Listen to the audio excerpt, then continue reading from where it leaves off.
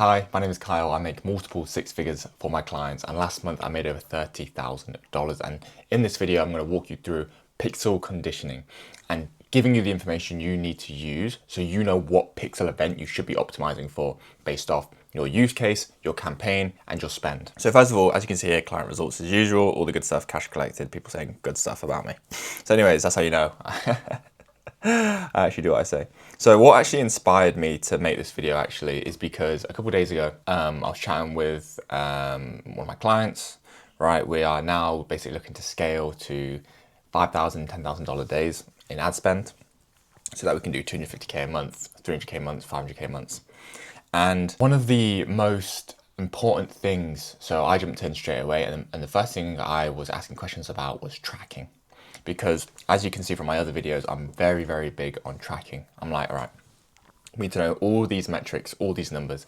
And there's like an operations guy and stuff as well. So all that tracking is getting accumulated. So now I can make better decisions, and that's all getting organized. But in this video, I'm going to walk you through how we're deciding what events we're optimizing for in our meta ad campaigns and what you need to think about when you're choosing an event to optimize for.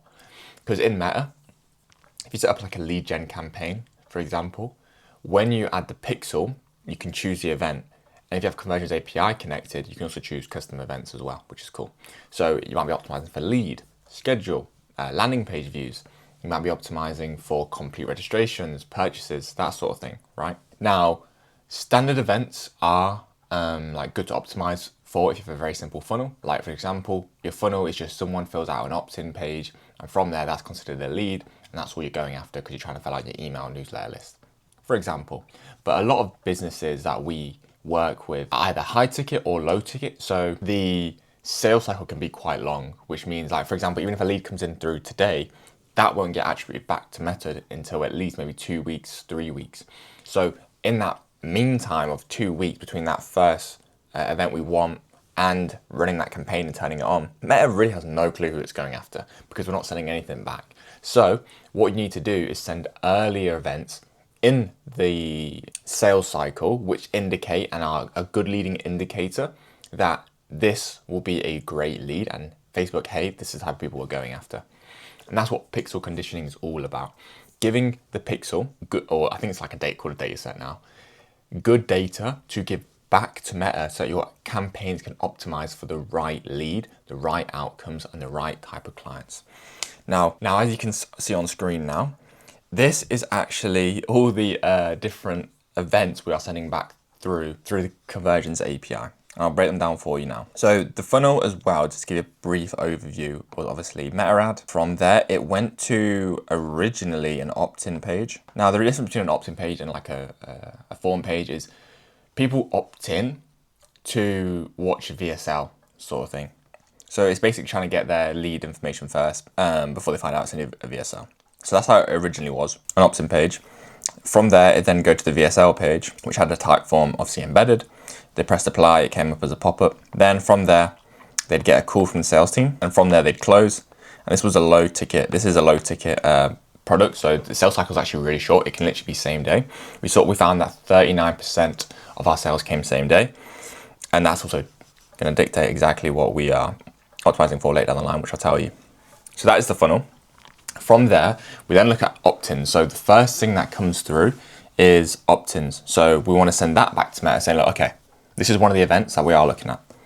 Next is Typeform view. So that is people who go from this page to this page and people who see the Typeform. If we already have their lead data, it means we can have URL parameters, which basically pass over like name, email, and phone, because those are the details that we're getting asked on this page.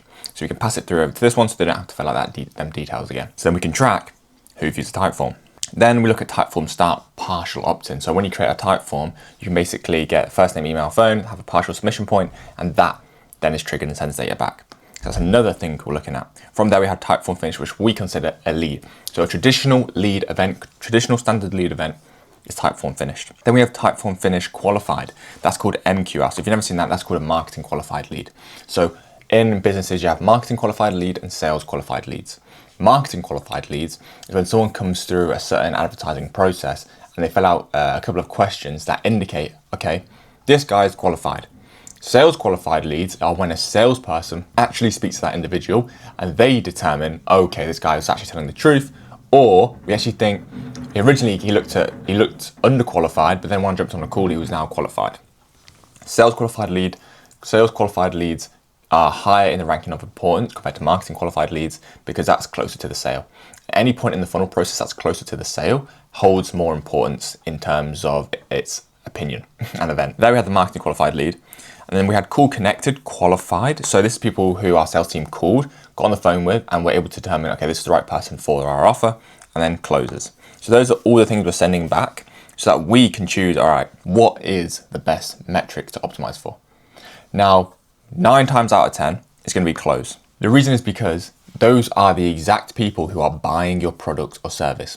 So if your sales cycle is short enough, so let's say within a 3-day time span, people are closing, that's the event you want to optimize for, purchases. But in a lot of high ticket businesses, for example, or even some low ticket businesses, the sale doesn't happen until months down the line or weeks. So you can't start with this one. So what you really want to optimize for is the actions that people take the same day. For example, finishing a Typeform, or if your sales team are really on it, qualified connected calls. Those two alone are one of the best metrics to optimize for. Now it's really, really important to know that you have to send at least 50 events back to Meta to get out of the learning limited phase. If you're in learning limited, it means you're optimizing for an event which isn't getting enough data and feedback to it. That will be due to your ad spend. So now it's just literally a function of maths.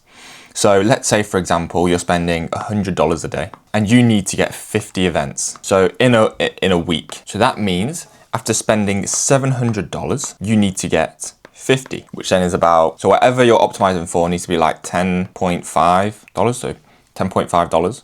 It's not really, it's a bit different, but around that. So then you have to look in, all right, are my opt-ins cheap enough for that? Yes, all right, we can go for that. Our Typeform is cheap enough. Yeah. Our Typeform starts, yes. Typeform finish, yes. Typeform finish, no. If your Typeform finish qualifieds aren't cheaper than that and you're spending $100 a day and you want to stick to $100 a day, you can't optimize for Typeform finish qualified because you won't get enough data back. Instead, let's say, for example, you'll only get 40, but we need 50. Do you see what I mean? So you have to optimize for the event where you can get enough data back within that week. However, we looked at that metric. We were originally spending $1,000 a day, and we were saying, should it be marketing qualified leads? Should it be call connected qualified leads? And then we did the maths, and we found out around 39% of people buy that same day. And it ended up being I think 13 people, a bit less.